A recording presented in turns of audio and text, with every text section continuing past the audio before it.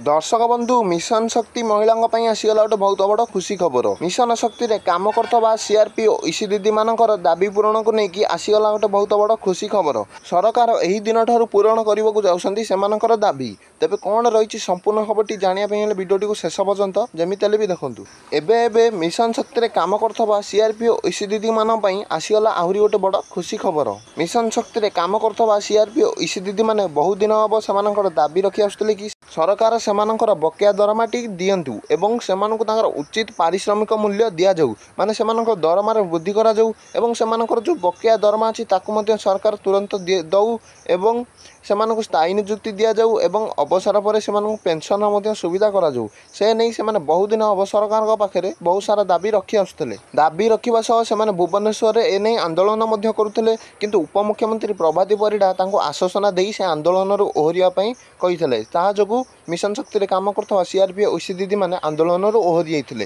तेणु एतरो जना पड़ुछि जे राज्य सरकार खूब शीघ्र मिशन शक्ति रे काम करथवा सीआरपी और ईसी दीदी मानकर दुख शुणिबा को जाउछंती एवं सेमानकर जो सब दाबी रखिथिले कि बकेया दरमा मिलू एवं दरमा बढ़ू एवं स्थायी नियुक्ति सह पेंशन दिया जाऊ ताकू मध्य पूरण करिवे बोली खबर आसुची। सरकार एने चिंता करुछंती एवं एने खूब शीघ्र निष्पत्ति नेबाको जाउछंती। एहा तला आजिरा खबरटी। भिडियोटी भल लागिले भिडियोटी को लाइक कर दियंतु, चैनल टी को सब्सक्राइब कर दियंतु।